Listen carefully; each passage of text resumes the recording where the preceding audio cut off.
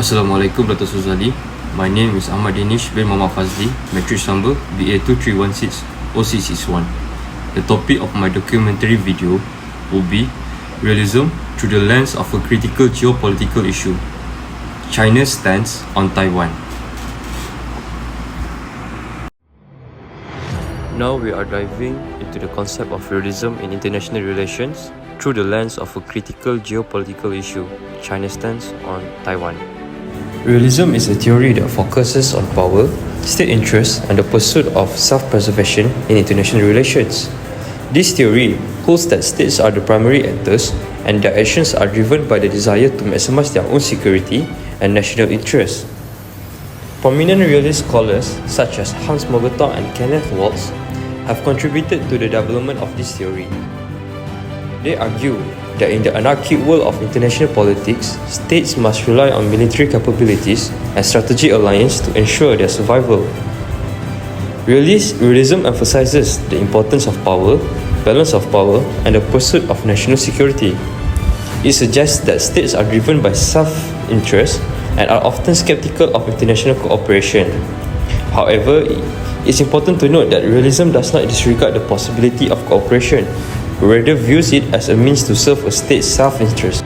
Realism is rooted in the belief that states act in their own national interest to ensure survival. In an international system with no overarching authority, power is the ultimate currency. Realists argue that states prioritize sovereignty, security, and strategic advantage over ideals like morality or international cooperation. To understand this better, let's analyze how China's approach to Taiwan reflects these principles. Taiwan has been a contentious issue for decades.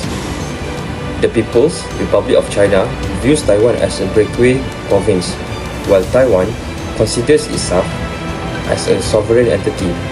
This geopolitical dilemma has persisted since the Chinese Civil War ended in 1949, with both sides maintaining opposing stances on Taiwan's political status. Returning to a brief historical context about Taiwan, Chiang Kai-shek declared Taiwan part of the Republic of China, making the Republic of China the new governing authority in Taiwan.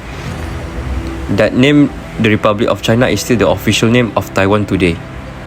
Back then, both of these countries plotted to conquer each other's territory and establish themselves as the governing authorities on both mainland China and Taiwan. When mainland China modernized in the 80s, plan to recapture Taiwan was abandoned. This allowed Taiwan to democratize. In today's modern world, from a realist perspective, China stands on Taiwan by territorial integrity and power projection.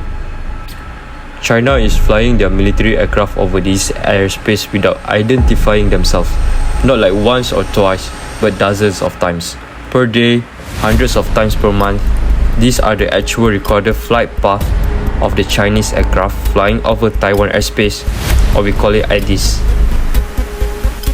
Taiwan sits at a strategically critical location in the South China Sea. If Taiwan aligns itself with Western powers, such as the United States, it could disrupt China's regional dominance. Controlling Taiwan strengthens China's ability to project power in the Asia-Pacific region. This graph shows every single time Chinese jet has flown over Taiwan ADs in 2021. It comes to the peak in the first week of October. They were sending a very clear message to Taiwan that you will be ours. For China, Taiwan is a non-negotiable part of its territory. Allowing Taiwan to formally declare independence would undermine China's sovereignty and national unity. With One China principle, the CCP insists that Taiwan is part of China and rejects any recognition it as a separate state. Allowing Taiwan to remain independent or develop to further autonomy challenges China's vision of itself as a unified and powerful state. At the same time, Taiwan's proximity to mainland China makes it a potential vulnerability. If foreign powers establish military bases in Taiwan, it could pose a direct threat to China's national security. Hence, preventing Taiwanese independence is not only about pride, but also about survival. Through the lens of realism, China's refusal to recognize Taiwan as a sovereign state reflects its strategic goals. For Beijing, Taiwan is not just a historical and cultural matter, but a vital component of its territorial integrity and national security. The Taiwan Strait is critical for trade and military strategy, so it is a focal point for China's geopolitical ambitions. Recognizing Taiwan as independent will undermine China's power. From a realist perspective, it will set a precedent for separatist movements and weaken its regional dominance. Quoting from the Thucydides, the strong do what they can and the weak must suffer what they must. In conclusion, China's stance on Taiwan vividly demonstrates realism at play in international politics.